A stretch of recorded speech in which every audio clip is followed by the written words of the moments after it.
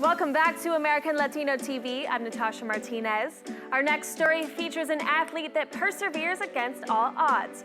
Born in Rio de Janeiro, Tony Azevedo and his family moved to Long Beach, California a month after his birth. When he was a child, he suffered a near-death experience after a severe fall. His parents were told he would never be able to play sports due to his sustained injuries at such an early age. Unwilling to accept this, Tony pushed through personal obstacles to become one of the most accomplished water polo players in U.S. history. His accolades include 2 NCAA titles and the honor of being a member of the past 5 U.S. Olympic teams. His career hit its greatest height when he won a silver medal in the 2008 Games. And now Tony's new goal is to grow the sport in the U.S. and abroad. Get ready because this is a story you will see only on American Latino TV.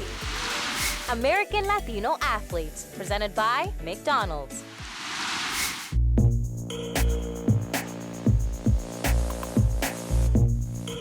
My name is Tony Azevedo, and I am a water polo player. I've been to 5 Olympics, and I have 1 silver medal in the Beijing Olympic Games. We lost to the Hungarians. My life in the sport of water polo started through my father. He was an Olympic coach. He was a high school coach, then became a national team junior coach, and now an Olympic coach. And as a young kid, he used to drive me to practices for carpool reasons. So me and my sister would go so he could take the carpool lane, get there faster, and then we would do our homework. But then we finish our homework and we watch all the games and all the practices, and then finally we're like, you know what, we gotta get in this water. And I remember going home my first year of high school and telling my dad I want to be an Olympian.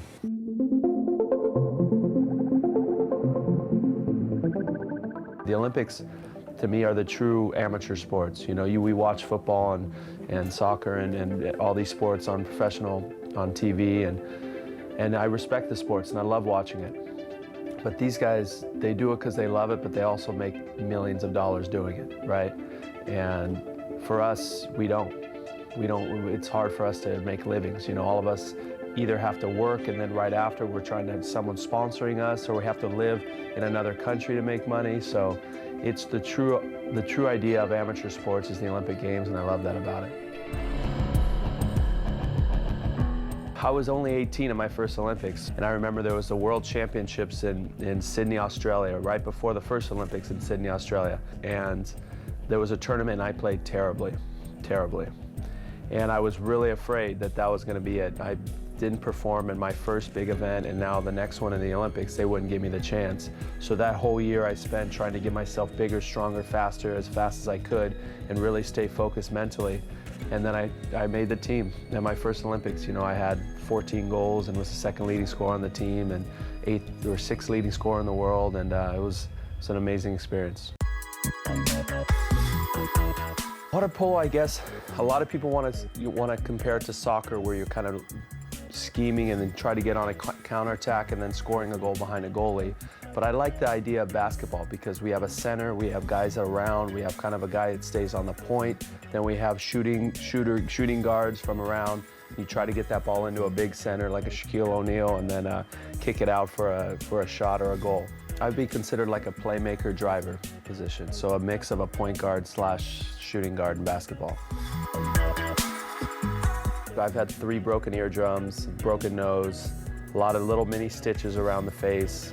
But in the end, you know, it's a sport where the more you train, the more knowledgeable you are of the sport, there's not going to be that big of a problem. You always get those guys who are out there just to punch and hit.